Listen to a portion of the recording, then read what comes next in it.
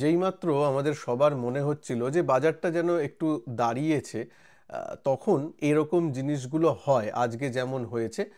তাই জন্য এই চ্যানেলে কিন্তু আমি বারবার বলেছিলাম যে আমাদের এখনই বলে দেওয়ার সময় আসেনি যে সব কিছু ভালো হয়ে গেছে। কয়েকদিন আগে ভিডিও করেও আপনাদের বলেছিলাম যে সতর্ক থাকুন। 4 দিন আগের ভিডিও যখন ঠিক জাস্ট বাউন্সটা এসেছে, যে সতর্ক থাকুন এই বাউন্সটা সত্যি নাকি ওই ডেড ক্যাট বাউন্স যেটা বিয়ার মার্কেটে বা পতনশীল মার্কেটে হয়ে থাকে, যেটা আগেও হয়েছে, আগেও এখানে এরকম হয়েছে। সেটা সেটা মার্কেট বলে দেবে আমাদের। কিভাবে বলে দেবে? যে মার্কেট এই যে পড়ছে এটা কিন্তু একদিকে ভালো, একদিকে ভালো মানে কি কি সঞ্জয়? পড়ছে, তুমি ভালো বলছো, হ্যাঁ পড়ছে, কারণ এই পড়াটা যদি লো না ভাঙে, যেটা ধরুন 22,000 বা 21,800 যে লোটা তৈরি করেছিল মোটামুটি, সেই লোটাকে যদি না ভাঙে এবং এখান থেকেই যদি কোনো একটা জায়গা থেকে ঘুরে আবার এই হাইকে ক্রস করে দেয়, তাহলে ভালো হবে। তাই জন্য এই যে পড়ছে এইটা কিন্তু একটা ডিসাইসিভ ফ্যাক্টর। এই জন্য আমাদের ওয়েট অ্যান্ড ওয়াচ করা উচিত। অ্যাটলিস্ট যারা ইনভেস্টার বা বিনিয়োগকারী, হাতে একটু পয়সা আছে, নিবেশ করব কিনা ভাবছি যে হ্যাঁ সব এবার মার্কেট ঠিক হয়ে গেছে, না, এইখান থেকে কিন্তু ও যদি একটা নামে এবং আগের লোকে না ভাঙে তাহলে ওয়েল অ্যান্ড গুড। আর যদি আগের লো ভেঙে যায় তাহলে তো আমরা নতুন লো দেখতে পারি। সেটা কি হতে পারে, কত দূর আসতে পারে, সেটা বলা আছে আমার ভিডিওতেই, দেখে নেবেন। যে জুন মান্থে যে ইলেকশন লো করেছিল সেইখানে যেতে পারে, যদি 22,800 মানে 22,000 বা 21,800টা ভেঙে যায়। সুতরাং এই যে আজকে একটু ফলটা শুরু হয়েছে, এবং যদি দেখেন টেকনিক্যাল অ্যানালিসিস অনুযায়ী একদম 20 ইএমএ থেকেই কিন্তু ডেইলি চার্টে এই ফলটা হয়েছে।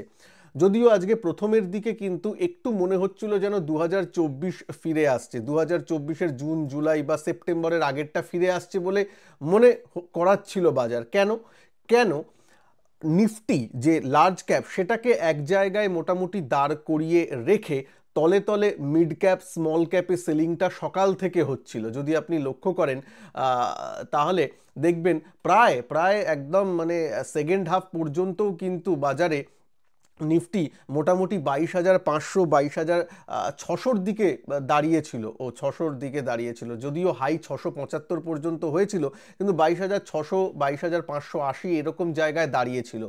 শেষ বেলায় ভাঙনটা দেখা যায়, কারণ তলে তলে সারা দিন ধরে কিন্তু যদি আপনি স্মল ক্যাপ ইন্ডেক্স দেখেন, মিড ক্যাপ ইন্ডেক্স দেখেন, সেখানে কিন্তু সেলিংটা চলছে। মানে স্মল ক্যাপ মিড ক্যাপে কিন্তু মানে বড় বড় স্মার্ট মানিরা হাত ঝেড়ে ফেলছে এখনো, যেহেতু ভ্যালুয়েশনটা অনেক বেশি এখনো হয়ে আছে, এবং বা তারা অলরেডি যারা নিচে অনেক ঢুকেছিল স্মার্ট মানিরা, তারা অলরেডি প্রফিটটা পাচ্ছে, তারা আস্তে আস্তে এক্সিট আউট করছে এই উছালকে কাজে লাগিয়ে।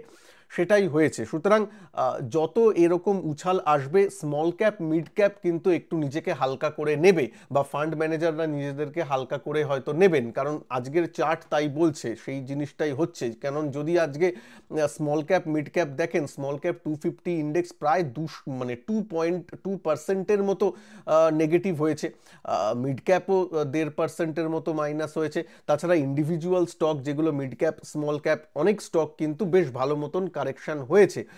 কিছু কিছু স্টক ডিকসন আজকে কারেক্ট করেছে, বিএসসি স্টকটা কারেক্ট করেছে, ঠিক আছে, সিডিএসএল কারেক্ট করেছে।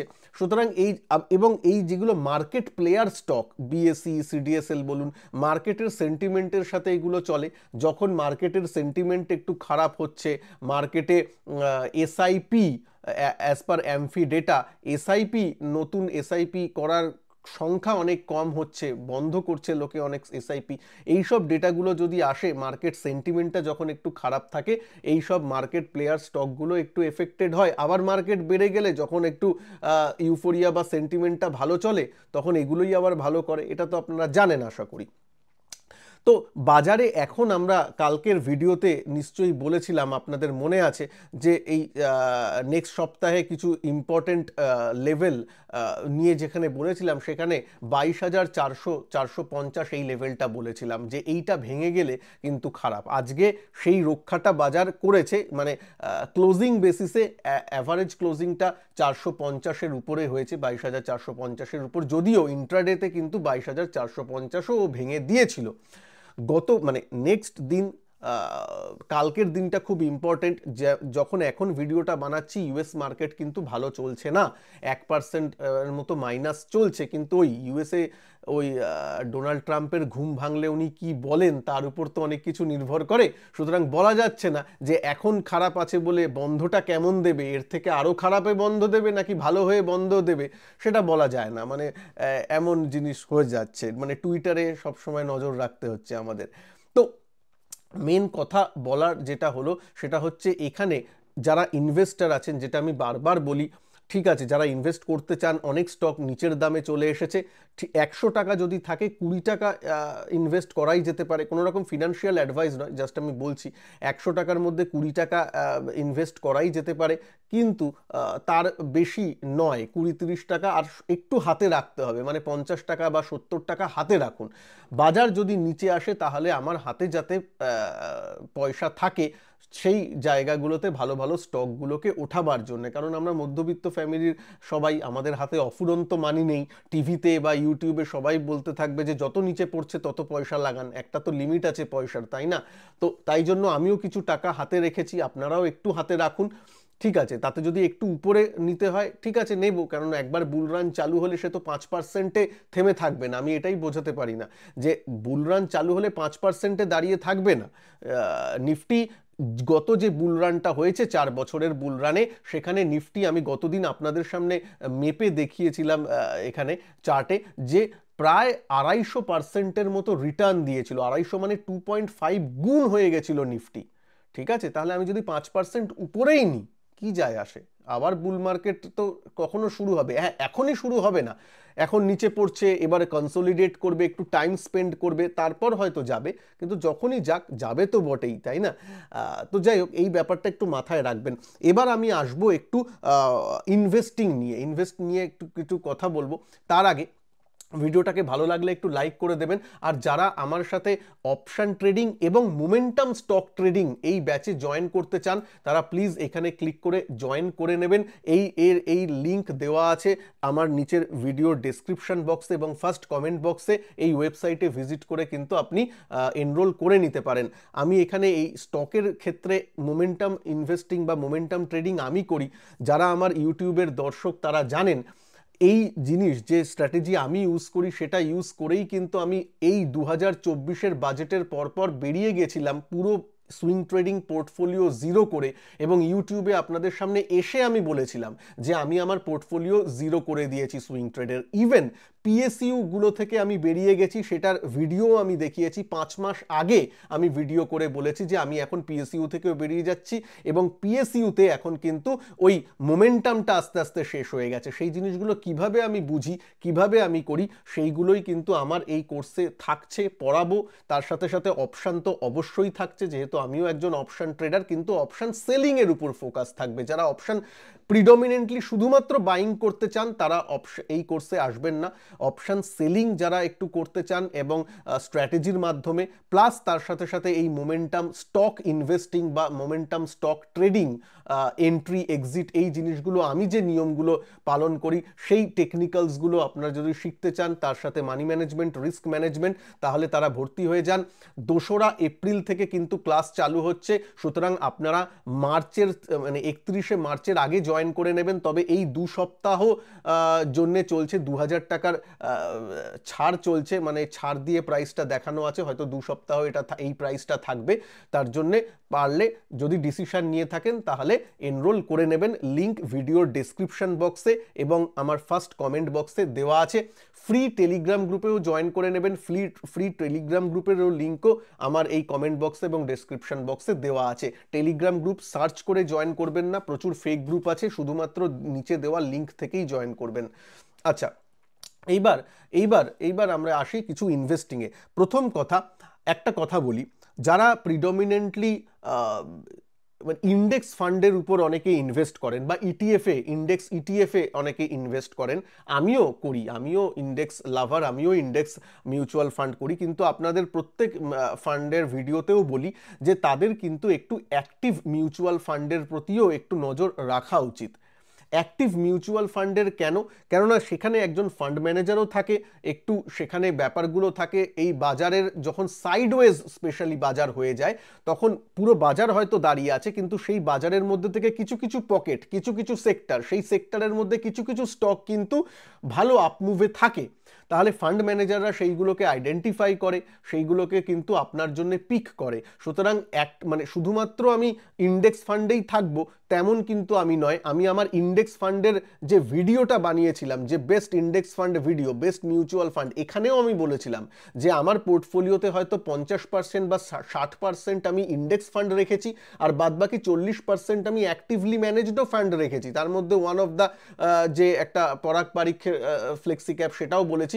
আর হ্যাঁ, অ্যাক্টিভ ফান্ডের মধ্যে যদি বলেন আমার প্রিয় সব থেকে হচ্ছে মাল্টি ক্যাপ ফান্ড বা ফ্লেক্সি ক্যাপ ফান্ডও বলতে পারেন। ফ্লেক্সি ক্যাপ ফান্ডের একটা সুবিধা কি যে আপনি ফান্ড ম্যানেজারের হাতে ছেড়ে দিচ্ছেন, যেমন যেমন সাইকেল চলবে সে তেমন সাইকেলে সে লার্জ ক্যাপ হোক বা মিড ক্যাপ হোক স্মল ক্যাপ হোক সে নিজে থেকে ডিসাইড করে নেবে। যেমন এখন একটু লার্জ ক্যাপ ভিত্তিক লার্জ ক্যাপ ঘেঁষা ফান্ডগুলো একটু কম মাইনাস হচ্ছে, মিড ক্যাপ স্মল ক্যাপে তো অনেক মাইনাস হচ্ছে। তো এই ব্যাপারগুলো ফান্ড ম্যানেজার ম্যানেজ করে। সুতরাং যারা প্রিডমিনেন্টলি মিউচুয়াল ফান্ডে ইনভেস্ট করে থাকেন তাদের জন্য অ্যাক্টিভ মিউচুয়াল ফান্ড নিয়ে আমি খুব শীঘ্রই ভিডিও আনবো, অপেক্ষা করুন।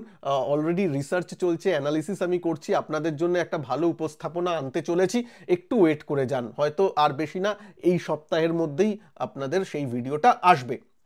আর যারা ডাইরেক্ট স্টক ইনভেস্টিং করেন, ভালো ভালো স্টক ভালো দামে এসেছে, ঠিক আছে, কিন্তু একটা মনে রাখবেন যে সেই সেক্টর বা সেই ইন্ডেক্সটা কি করে বা সেই সেক্টরটা কি করছে সেটা দেখবেন। মানে পড়ন্ত বাজারে সেও যদি মার্কেটের মতোই পড়ে তাহলে নয়, একটু ওইসব স্টক বা ওইসব সেক্টরের দিকে নজর রাখবেন যেসব এই পড়ন্ত মার্কেটেও নিজেকে দাঁড় করিয়ে রেখেছে।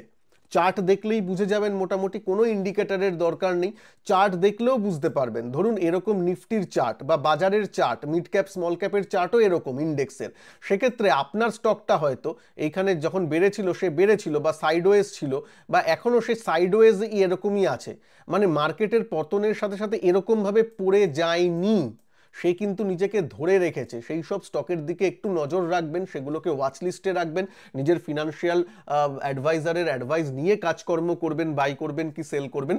কিন্তু আমি অ্যাটলিস্ট এরকম স্ট্রং স্টকের দিকে নজর রেখেছি বা আপনাদেরও বলছি যেগুলো একটু স্ট্রং স্টক সেগুলোর দিকে একটু নজর রাখুন। নিশ্চয়ই বাজারের স্মার্ট মানিরা মনে করছে যে সেখানে ভ্যালু আছে, নইলে তো স্টক এক জায়গায় দাম দাঁড়িয়ে থাকতে পারে না, তাই না? সারা বাজার পড়ছে আর সে দাঁড়িয়ে আছে, তার মানে কেউ না কেউ যে আমার আপনার থেকে বেশি জানকারি রাখে সে কিনছে। আমাদের উচিত কচ্ছপ হয়ে যাওয়া, কচ্ছপ হয়ে জাস্ট খরগোশের পিঠের উপর বসে যাওয়া, যে আমি দৌড়াবো না, খরগোশ দৌড়াক, খরগোশ রিসার্চ করুক, আমি তার পিঠের উপর বসে জাস্ট রাইডটা করব। সেটার জন্যে চার্ট দেখলে কিন্তু বোঝা যায় যে হ্যাঁ কোথায় খরগোশ একটু ইনভেস্ট করছে। তো সেই ব্যাপারটা একটু করুন, দেখলে মোটামুটি পেয়ে যাবেন। নিফটি 200-এর মধ্যে থাকুন বা নিফটি 500-এর মধ্যে থাকুন, একটু চার্ট দেখুন। তাছাড়া আমিও যখন যখন ভালো কিছু চার্ট প্যাটার্ন পাবো আপনাদের সাথে সেগুলো শেয়ার করেছি। আমি সেক্টর নিয়ে বলেছি, কেমিক্যাল সেক্টরটা একটু ভালো লাগছে সেটা নিয়ে বলা আছে। কিছু কিছু স্টক আপনাদের অ্যানালিসিসের জন্য আমি বলেছি, সেই স্টকের ভিডিওটাও আমি এইখানে দিয়ে দেবো, আপনার এই ভিডিওর শেষ স্ক্রিনে দিয়ে দেবো, সেটা ক্লিক করে একটু দেখে নেবেন। তো এইভাবেই ব্যাপারটাকে আমাদের প্ল্যান করতে হবে। এই উইকটা খুব ক্রিটিক্যাল, যেটা আমি আগের ভিডিওতে বলেছি। এই উইকে নিফটি লোয়ার লো তৈরি করে নাকি এখান থেকে আবার ঘুরে যায় সেটা কিন্তু খুব দেখার, মানে লিটমাস টেস্ট বলতে পারেন, নিফটির লিটমাস টেস্ট এই উইকে হতে চলেছে। এইটার দিকে একটু নজর রাখবেন, হাতে পয়সা একটু রাখুন, এটা আবার বললাম, হাতে পয়সা একটু রাখুন। ভালো থাকবেন সবাই। আর যারা চ্যানেলটাকে একটু লাইক করে দিন, যারা আমার কোর্সে 2 এপ্রিল থেকে জয়েন করতে চান, লিংক নিচে দেওয়া আছে ডেসক্রিপশন বক্স এবং ফার্স্ট কমেন্ট বক্সে, এইখানে ঢুকে দেখে নিতে পারেন এবং এখানে হোয়াটসঅ্যাপ নাম্বারও দেওয়া আছে, চ্যাট করে নিতে পারেন যদি কোর্স সংক্রান্ত কোনো ডাউট থাকে। যদিও কোর্সে কি কি পড়ানো হবে আমি অলরেডি এখানে দিয়ে রেখেছি ডেসক্রিপশনে। ঠিক আছে, ভালো থাকবেন সবাই, নমস্কার, জয় হিন্দ, বন্দে মাতরম।